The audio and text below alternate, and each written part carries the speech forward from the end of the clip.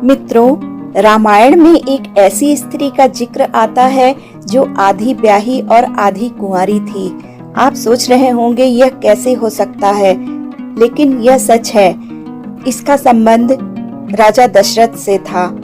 आइए देखते हैं इस वीडियो के माध्यम से कि किस तरह उस स्त्री के जीवन में घटनाएं घटित हुई। यह कहानी उस समय की है जब राजा दशरथ अयोध्या के राजा थे। एक दिन वह शिकार करने के लिए जंगल की तरफ जाते हैं। सुबह से शाम हो जाती है, लेकिन उन्हें कोई भी शिकार नहीं मिलता है। उनका मन थोड़ा बोझिल हो रहा था। वह सोचते हैं कि मैं बहुत थक गया हूँ, चलता हूँ कहीं आराम करता हूँ, फिर देखता हूँ कि आगे क्या योजना बनानी है। फिर वह एक पेड़ के नीचे जाकर आराम करने लगते हैं। जल्दी ही उन्हें नींद आ जाती है। फिर एक स्त्री के मधुर संगीत से उनकी नींद टूट जाती है। वह पायलों की झनकार और स्त्री के मधुर संगीत को सुनकर बहुत आश्चर्यचकित होते हैं, क्योंकि वह सोचते हैं कि इतने घनघोर जंगल में यह स्त्री और इतना मधुर स्वर ला ला ला ला ला ला ला ला ला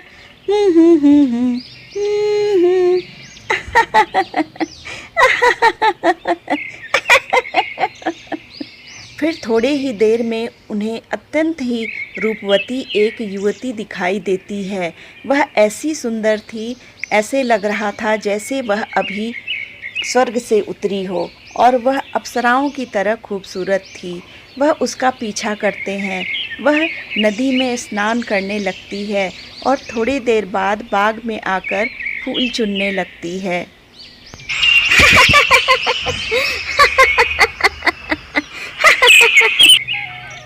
राजा दशरथ अपने आप को रोक नहीं पाते हैं और वह उससे पूछते हैं कि हे सुंदरी, तुम कौन हो और इस निर्जन जंगल में तुम अकेली क्यों घूम रही हो? यह जंगल तो जंगली जानवरों से भरा हुआ है जो तुम्हें कोई भी हानि पहुंचा सकते हैं। तुम तो यहाँ बिल्कुल भी सुरक्षित नहीं हो। तुम कौन हो? क्या किसी ने तुम्हें यहाँ पे छोड़ दिया है? राजा दशरथ की बात सुनकर वह बहुत आश्चर्यचकित होती है और मुस्कुराते हुए कहती है पहले आप मुझे बताइए कि आप कौन हैं। मैं आपको देखकर बहुत आश्चर्यचकित हो रही हूँ, क्योंकि इस घने वन में आप क्या कर रहे हैं? क्योंकि आप तो कोई योद्धा लगते हैं, जैसे कहीं के राजा हों। आप मुझे अपने बारे में बताएंगे क्या? हे सुंदरी, मैं अयोध्या का राजा दशरथ हूँ। मुझ पर मेरे प्रजा की जिम्मेदारियाँ है। राजा दशरथ की बात सुनकर वह आगे कहती है कि हे राजा दशरथ, मैं एक गंधर्व कन्या हूँ। मेरे पिता ने मुझे स्वतंत्रता दी है कि मैं अपने लिए एक योग्य पति ढूंढ सकूं, और मैं अपने पति की तलाश में इधर उधर भटक रही हूँ। मुझे एक योग्य वर की तलाश है। मैं बहुत ही आश्चर्यचकित हो रहा हूँ कि तुम्हारे पिता ने तुम्हें इतनी ज्यादा स्वतंत्रता कैसे दे दी है कि तुम इस निर्जन स्थान पर अपने लिए अपना पति ढूंढो। महाराज दशरथ की बात सुनकर उसने जवाब दिया कि मेरे पिता ने मुझे स्वतंत्रता इस विश्वास के साथ दी है कि मैं अपने लिए सही निर्णय ले सकूं, और जब मैंने आपको देखा तब से मैं यह महसूस कर रही हूँ कि मेरी खोज समाप्त हो गई है। आप ही मेरे लिए उचित वर हैं। तुम्हारे पिता ने इस जंगल में तुम्हें अकेले छोड़ दिया। क्या ऐसा करना उचित है? या तो तुम्हारे पिता का कर्तव्य है कि तुम्हारे लिए वह कोई योग्य पति ढूंढे और तुम्हारा विवाह संस्कार करते, लेकिन इस अकेले वन में तुम अपना पति ढूंढने के लिए निकली हो। आश्चर्य की बात है। राजा की बात सुनकर युवती मुस्कुराते हुए राजा से कहती है कि हे राजन, मैं गंधर्व लोक की कन्या हूँ। हमारे लोक में पुत्री को माता पिता यह अधिकार देते हैं कि वह अपने पसंद से, अपनी मर्जी से अपने लिए वर की तलाश कर सके।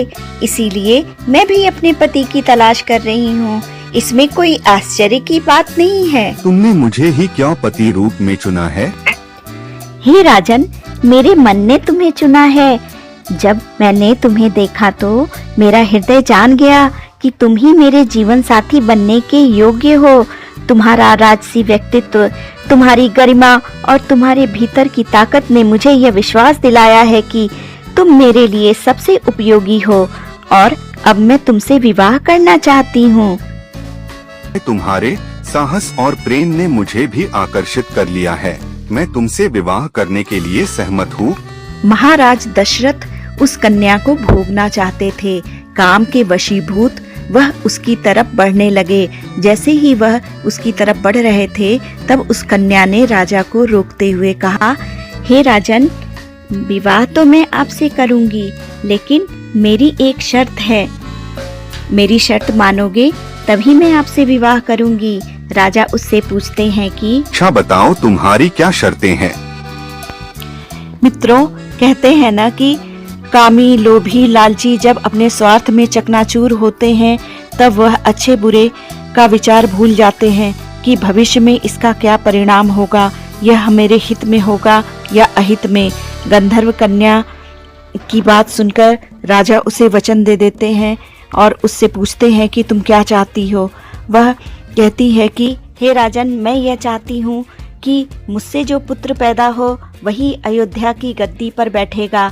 अगर आप यह शर्त मानते हैं तो मैं आपसे विवाह करूंगी, वरना मैं आपसे विवाह नहीं करूंगी। राजा को उस समय कोई भी पुत्र नहीं था।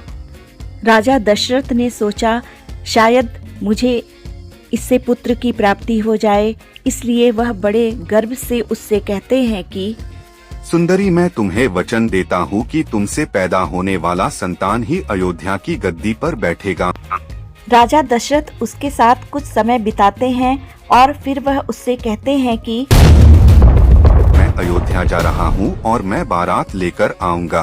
फिर वैदिक रीति रिवाज से हम दोनों विवाह करेंगे, तभी हमारा विवाह पूर्ण माना जाएगा। राजा दशरथ अपने राज्य लौट गए। जब वह महल में पहुँचे तब तक तो उन्हें वह गंधर्व कन्या याद रही, लेकिन धीरे धीरे वह उसे भूलने लगे। जैसे जैसे समय बीत रहा था वह उसे भूलते गए। वह अपने राजकाज और अपने रानियों के प्रेम में ऐसे डूबे कि उन्हें वह गंधर्व कन्या याद ही नहीं रही।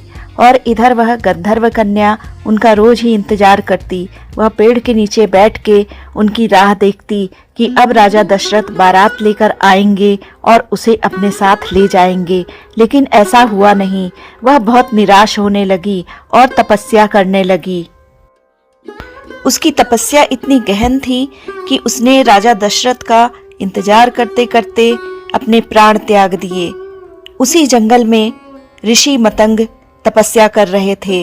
उन्होंने जब यह सब देखा तो वह उसके पास गए और उन्होंने अपनी दिव्य दृष्टि से यह सब जान लिया कि इसने राजा दशरथ की वचन को सत्य मानते हुए अपने प्राण त्यागे हैं।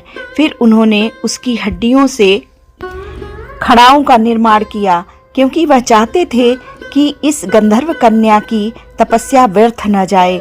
फिर वह उसे ऋषि के पास ले जाते हैं और उनसे कहते हैं कि हे ऋषि, यह खड़ाऊ उस गांधर्व कन्या के है जिसने उस राजा दशरथ के वचन पर विश्वास किया था और उसने अपने प्राण त्याग दिए। अब यह खड़ाऊ ही उस वचन को पूरा करेंगे। इन्हें किसी ऐसे योग्य व्यक्ति को दे देना जो इन्हें सम्मान पूर्वक उपयोग कर सके।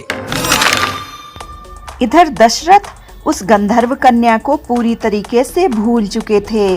समय बदलता है और कई वर्ष बीत जाते हैं। राम जी का जन्म दशरथ के घर में होता है और वह जब युवावस्था को पहुंचते हैं तो कैकेयी माता के कारण उन्हें वन में जाना पड़ता है।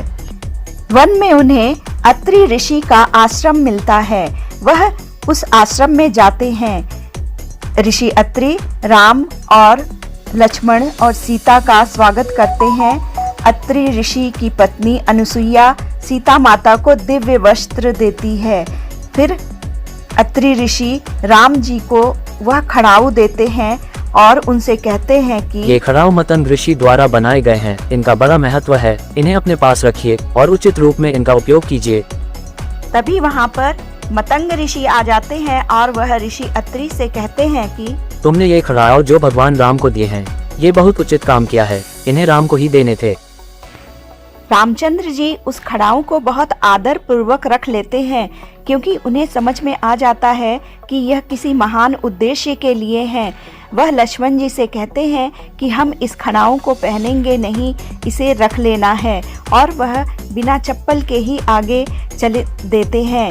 राम, सीता, लक्ष्मण जब चित्रकूट पहुंचते हैं तो इधर अयोध्या में सभी लोग राम के वनवास की वजह से बहुत दुखी थे, लेकिन सबसे ज़्यादा दुखी भरत जी थे।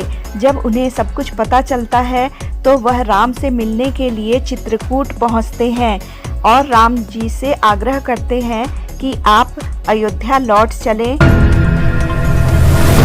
लेकिन रामचंद्र जी कहते हैं कि नहीं, ऐसा नहीं हो सकता। मैं पिता की आज्ञा की अवहेलना नहीं कर सकता। अगर मैं यहाँ से जाऊँगा तो पिता के आज्ञा की अवहेलना होगी। पिता की आज्ञा ही मेरे लिए सर्वोपरि है, इसलिए आप जाइए और आप ही राज्य संभालिए। तब भरत जी कहते हैं कि आपके बिना अयोध्या बिल्कुल सूनी हो चुकी है और हम सब अनाथों की तरह रह रहे हैं। आप चलिए और हमें सनाथ बनाइए। तब रामचंद्र जी कहते हैं कि ठीक है, जब तक मैं वनवास में हूँ तुम मेरे यह खड़ाऊ ले जाओ। इन्हें गद्दी पर रखकर आप राज्य का संचालन करना, और मैं यह जानकर संतुष्ट रहूंगा कि अयोध्या मेरे आदर्शों के अनुसार चल रही है। भरत, इस खड़ाऊ को गद्दी पर रखना, इससे माता को सुख मिलेगा। कौन सी माता को सुख मिलेगा? ये सुख उसे माता को मिलेगा जिसने त्याग और प्रेम का प्रतीक बनकर इस खड़ाऊ को जन्म दिया है। ये गंधर्व कन्या थी जो मेरे पिताजी के वचन के कारण अपनी जान गंवा बैठी। उसका त्याग व्यर्थ नहीं जाएगा। जब ये खड़ाऊ अयोध्या की गद्दी पर होंगे तो उसका उद्देश्य पूरा हो जाएगा। भरत जी उस चरण पादुका को बहुत आदर सहित ग्रहण करते हैं और कहते हैं कि भैया, मैं इन चरण पादुका को केवल गद्दी पर नहीं रखूंगा, बल्कि इन्हें पूरे सम्मान के साथ राज सिंहासन का प्रतीक मानूंगा। जब तक आप वापस नहीं लौटेंगे मैं एक तपस्वी का जीवन जीऊंगा। भरत जी उस चरण पादुका को अयोध्या लेकर आते हैं और उसे राज सिंहासन पर रख देते हैं और वह एक साधारण जीवन जीने लगते हैं। वह एक तपस्वी की तरह रहते हैं और अपनी प्रजा से कहते हैं कि राम जी के चरण पादुका अयोध्या के राजा होंगे और मैं केवल उनका सेवक हूँ। ये गद्दी मेरे लिए नहीं बल्कि राम जी के लिए सुरक्षित है। 14 वर्षों तक उस खड़ाऊ ने राजा दशरथ के सिंहासन पर राज्य किया। वह खड़ाऊ गंधर्व कन्या की अस्थियों से बना था, जिसे राजा दशरथ ने वचन दिया था कि उसके द्वारा उत्पन्न पुत्र ही उनका उत्तराधिकारी होगा। उसकी संतान तो हुई नहीं, लेकिन उसकी अस्थियों से बने खड़ाऊ ने राजा दशरथ की गद्दी पर 14 वर्षों तक राज्य किया। वचन राजा दशरथ ने दिया था और उसका प्रभाव सब पर पड़ा।